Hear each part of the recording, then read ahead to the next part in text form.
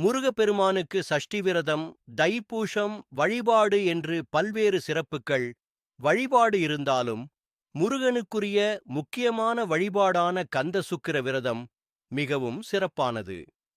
பலருக்கும் இந்த விரதம் பற்றி தெரிவதில்லை. அதாவது, கந்த சுக்கிர விரதம் முருகப்பெருமானுக்கு வெள்ளிக்கிழமைகளில் அனுஷ்டிக்கும் விரதம் ஆகும். ஒரு மனிதன் அவனின் இழந்த விஷயங்களை மீட்டு எடுக்கும் விரதமாக இந்த கந்த சுக்கிர விரதம் இருக்கிறது. நம் வாழ்க்கையில் சந்திக்கும் துன்பம், துரோகம், உடல் உபாதைகள் போன்ற விஷயங்களை வளமாக்கி அருளிச் செய்யும் விரதம்தான் இந்த கந்த சுக்கிர விரதம். பொதுவாக இந்த விரதத்தை ஐப்பசி முதல் வெள்ளிக்கிழமையில் தொடங்கி ஒவ்வொரு வெள்ளிக்கிழமையும் 3 ஆண்டுகள் விரதம் இருக்க வேண்டும்.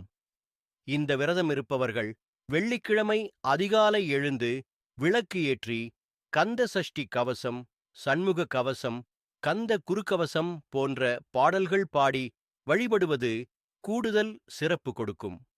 மேலும் விரத வேளையில் ஓம் சரவணபவ் என்னும் மந்திரத்தை ஜெபித்துக் கொண்டிருப்பது நம்முடைய மனதை சுத்தம் செய்து மன வலிமை அளிக்கிறது. விரதம் இருப்பவர்கள் மதியம் ஒருவேளை மட்டும் பால், பழம் மட்டும் சாப்பிட்டு விரதம் முடிக்கலாம். முடிந்தவர்கள் இரவு வேளையில் முருகன் கோயிலுக்கு சென்று விளக்கு ஏற்றுவது நல்ல பலன் கொடுக்கும். பார்க்கவ முனிவரின் ஆலோசனைப்படி 3 ஆண்டு விரதம் இருந்ததால் பகீரதன் ஆகாய கங்கையை பூமிக்கு வரவழைத்தார் என்பது குறிப்பிடத்தக்கது. ஆக நாமும் முழுமனதோடு விரதம் இருந்து வழிபாடு செய்ய நாம் நினைத்த காரியம் நடந்து வாழ்க்கையில் செல்வ செழிப்பு உண்டாகும்.